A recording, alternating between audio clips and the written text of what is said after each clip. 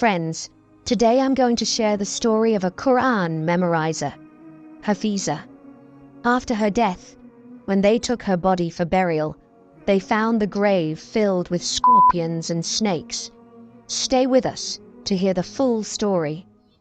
And if you haven't yet, please like the video, subscribe to the channel, and click on the bell icon.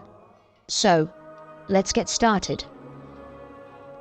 After the Fajr prayer, a grave digger named Abdur Rahman was on his way to the cemetery. He was assigned to dig a grave for a Hafiza today. But as he walked, he felt something strange. It seemed as though something heavy was weighing down on his legs, making it difficult for him to move forward. The previous night, he had received news that a Hafiza had passed away, and he was asked to dig a grave early in the morning so they could bury her quickly. Abdur Rahman was around 40 to 45 years old. Upon hearing the news of the Hafiza's death, he recited, "Inna lillahi wa inna ilayhi raji'un." He thought to himself, "Oh Allah, surely she must be one of your beloved servants. How fortunate I am to be the one digging the grave for a Hafiza.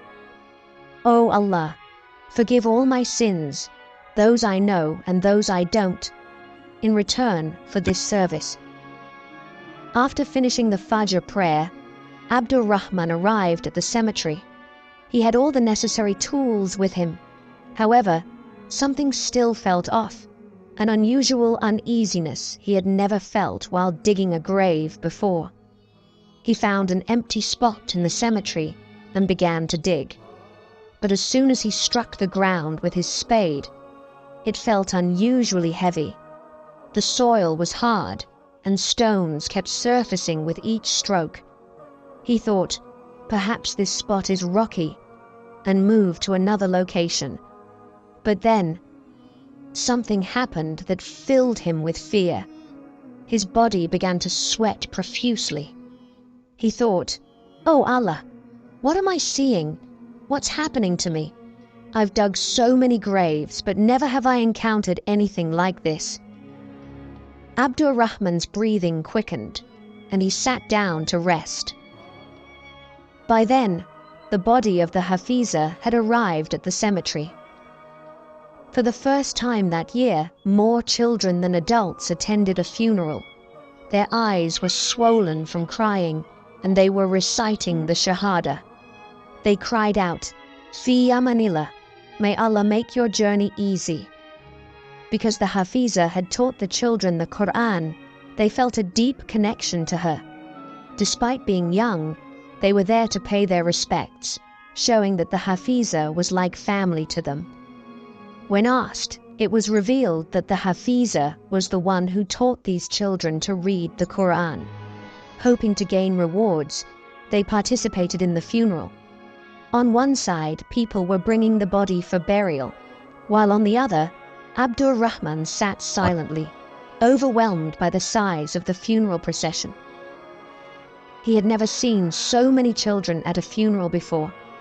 They cried as if they had lost their own mother, reciting the Shahada continuously. Abdur Rahman looked at the grave with concern. The sight of so many people participating in the funeral suggested that the Hafiza was surely a pious and pure woman who had never committed any sin. But the sight he saw inside the grave made him repeatedly recite Astaghfirullah. When the body was placed in the grave, it began to tremble as if something was inside the earth. What happened next drained the color from everyone's faces. A large black two-headed snake emerged from the grave and began striking the body repeatedly. Everyone screamed and hurriedly pulled the body out of the grave. The snake remained, slithering around the grave. The sight of the snake and numerous scorpions made everyone shout, "Look! A snake is coming out of the grave! Astaghfirullah! Astaghfirullah!" But she was a Hafiza. How can a snake emerge from her grave? She taught so many children the Qur'an. What sin could she have committed that such a large black snake came out of her grave? People began to speak in hushed tones. Everyone moved away from the grave, no one daring to go near it, let alone bury the body there. They asked Abdur Rahman to dig another grave. Following their instructions, Abdur Rahman began digging another grave. But as soon as he started, the same horrifying scene appeared. Snakes and scorpions filled the grave. 2 men whose children had been students of the Hafiza went to seek the counsel of an experienced scholar, Alim. The Alim was resting at the time, even though it was not his usual time to rest. However, due to his physical condition, he was taking some rest. He was a devout servant of Allah, a Hafiz of the Qur'an, and known for imparting religious teachings to everyone. If anyone in the village had a problem or needed guidance, they would turn to this Alim. He spent his nights in worship and fasted during the day. Everyone in the village knew of his piety. Therefore, the 2 men hurried to the mosque and approached the Alim. Seeing them running toward him, the Alim sat up, concerned. He asked, "What has happened to you?" The men explained everything they had seen at the cemetery. Hearing this, the Alim was shocked. He began reciting, "Astaghfirullah, Astaghfirullah," and said, "Take me to the cemetery immediately. I won't believe it until I see it with my own eyes." So, the 2 men set out with the Alim toward the cemetery. Everyone there stared in amazement as they approached, making way for the Alim so he could see the state of the grave for himself. The Alim recited blessings, durud, silently, and pondered, "O Allah, what could be behind this?" The Alim glanced at the body and then at the gathered crowd. So many children were present, yet none dared to approach the body. When the Alim looked into the grave, he saw a large snake. The sight made his hair stand on end. Then one of the men stepped forward, greeted the Alim with peace, and said, "I want to tell you everything in detail. The first grave we dug turned up nothing but stones. The second grave revealed terrifying snakes and scorpions, causing everyone to flee in fear. The third time we dug a grave, we encountered the same scene. Snakes and scorpions filled the grave. The grave was nothing but a den of snakes and scorpions." The Alim, upon hearing this, stepped back. A terrifying snake was slithering inside the grave, while the ground around the grave seemed to tremble as if countless scorpions were trying to escape from the soil. Tears welled up in the Alim's eyes, and he began reciting, "Astaghfirullah." The relatives of the deceased started recounting the details of her life. After some thought, the Alim suggested, "Let's take the body to the mosque." Everyone present had only one question in mind. How could a Hafiza, who was supposed to be pious, have committed such a grave sin that Allah would punish her in such a way after her death? They took the body to the mosque, where many people had gathered. Everyone was filled with questions and doubts. People began murmuring, "But she was a Hafiza of the Qur'an. We all knew her as a righteous person, yet she used to teach boys in her home. Maybe that's why Allah has punished her." Others added, "But she only taught young boys aged 8 to 11. How could that be a sin?" Various speculations and accusations filled the air. When the Alim entered the mosque, everyone fell silent.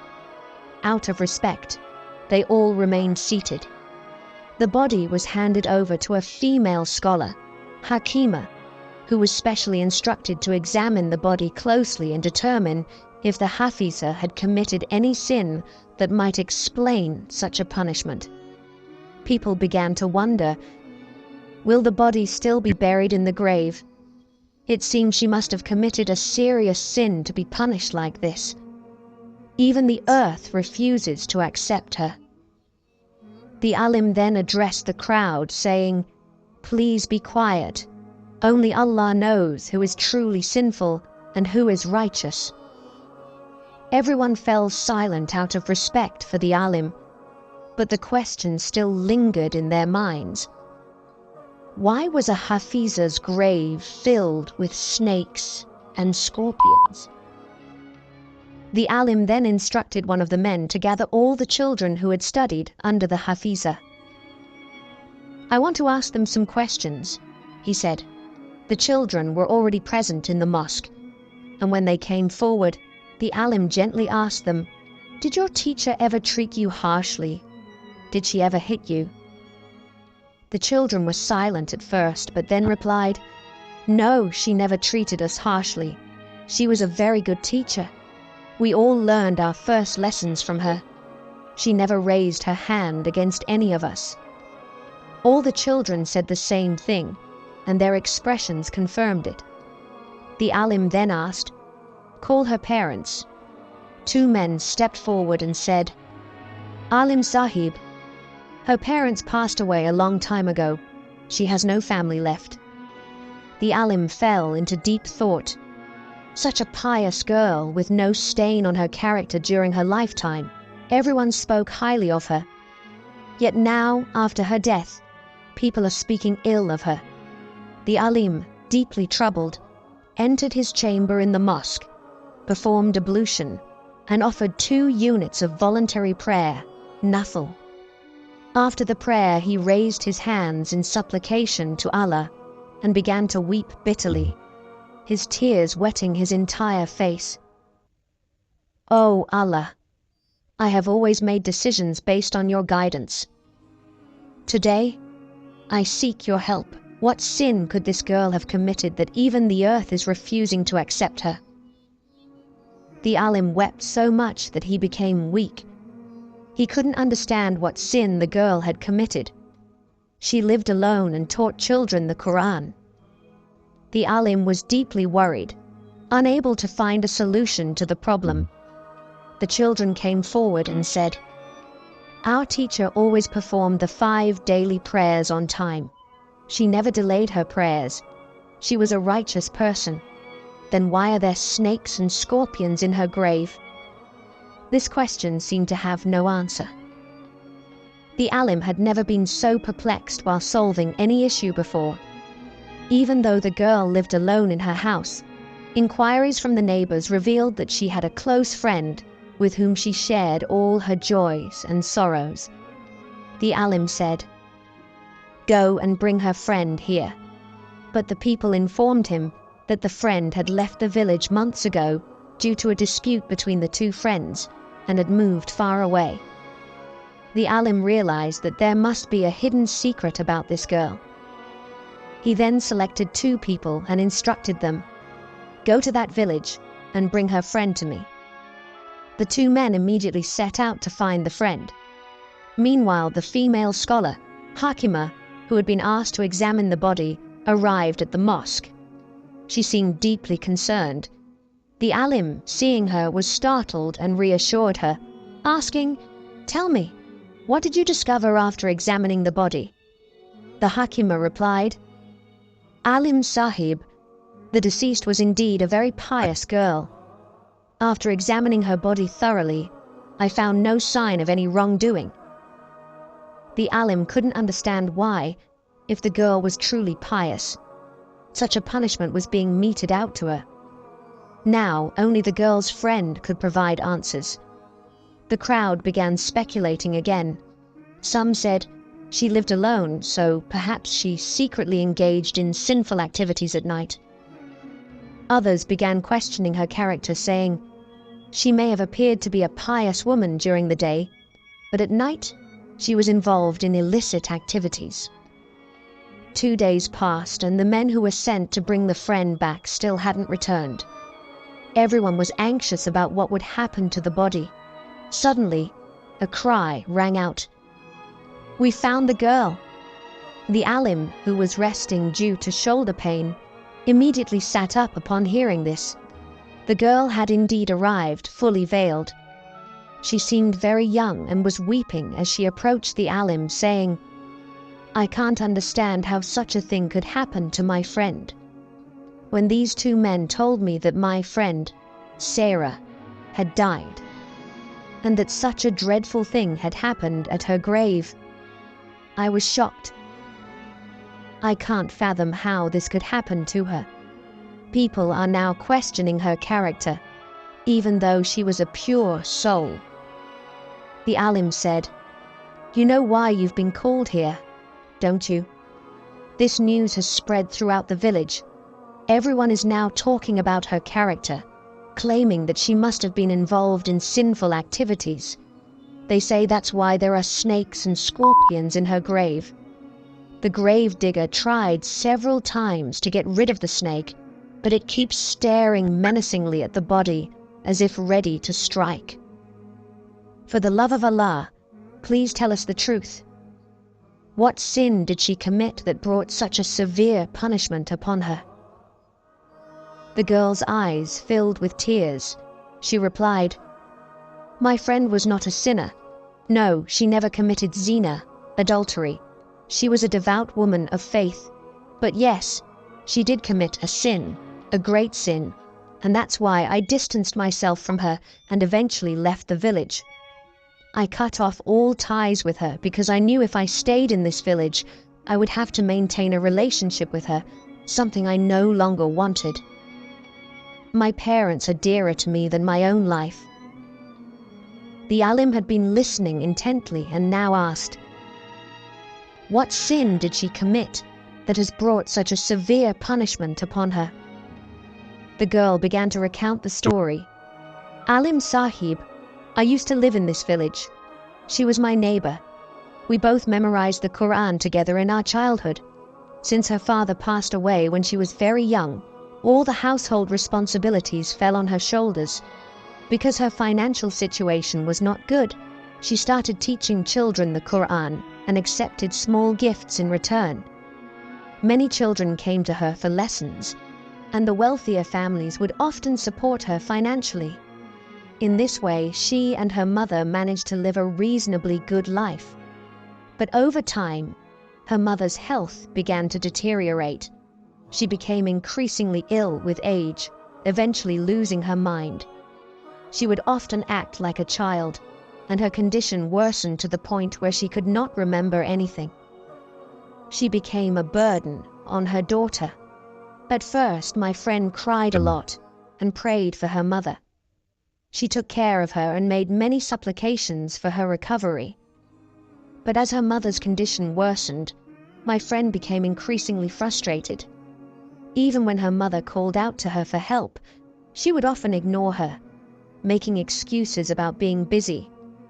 Sometimes her mother would soil the bed because she was too weak to get up, and my friend would have to clean it up. But she did so grudgingly, often neglecting to change the bed sheets. If she felt like it, she would give her mother food, but if not, the poor woman would remain hungry and thirsty. I once witnessed her mother crying out for water repeatedly, but my friend ignored her pleas. In the end, I gave her mother the water she so desperately needed. After drinking, she clung to me, weeping bitterly and complaining about her daughter. When my friend heard this, she came and slapped her mother hard across the face, yelling, "What haven't I done for you? My life is ruined because of you. All my money is spent on your treatment, and still, you keep complaining and embarrassing me in front of others." I couldn't stand to see this. I slapped my friend in return and left her house, never to return. I moved away from this village. A few days after I left, her mother passed away, and now, 2 weeks after her mother's death, my friend has also passed away. Everyone realized that the girl had failed to fulfill her duties towards her mother. She had disrespected and mistreated her, despite outwardly fulfilling other obligations. Allah has commanded us in the Quran not to even utter a word of disrespect, like "oof," to our parents. Yet this girl had completely disregarded that command and mistreated her mother. Hearing this, everyone present began to cry, their eyes filled with tears. They started to seek forgiveness from their own mothers for any disrespectful behavior and repented to Allah. Everyone began reciting Astaghfirullah, Astaghfirullah for the deceased girl because they had witnessed firsthand the consequences of being disobedient to one's mother.